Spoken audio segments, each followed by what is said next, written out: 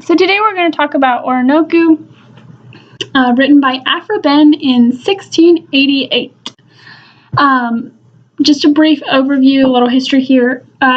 During the 1700s, when this was written, slavery was a highly contentious topic, and there was lots of discussion about it. And Aphra Behn was actually one of the first writers to directly talk about the abuse and the horrors of slavery during this time.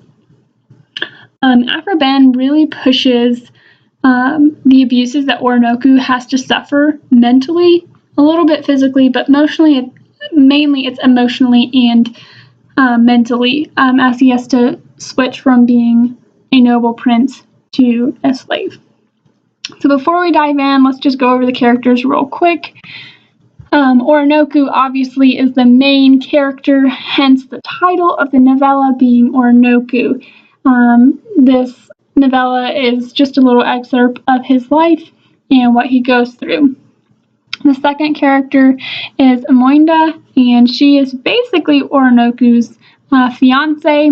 He wanted to marry her, and I think they were kind of engaged in their way, with their culture, but then the nasty grandfather came and stole her. And little side topic here, I think Aphra Behn kind of pushes the gender roles here because Amoinda couldn't say no, and Aphra Behn's kind of in the same situation, being another female during this time. Women didn't really have a lot of choice or say in the matter. Their guardians, either their father or their husband or brother or whatever, whatever they said went, really. The women just had to kind of obey. So I think Amoinda is also kind of a little stab at the gender roles there. And the last main character that I wanted to talk about was the narrator. We don't know her name, but we do know she was a rich white woman and that she lived on the same island that Amoinda and then later Oronoku lived on as slaves.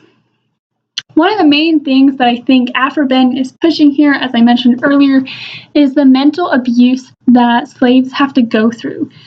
Oronoku was brave, he was a warrior, he was a noble, he was a prince, he had freedoms and rights, and he was a great speaker. He knew English very well, he'd been tutored by a Frenchman, he was amazing. And then all of a sudden, in a split second, he was captured by this sneaky little captain, and everything changed. And his mental and emotional state all of a sudden was in an uproar.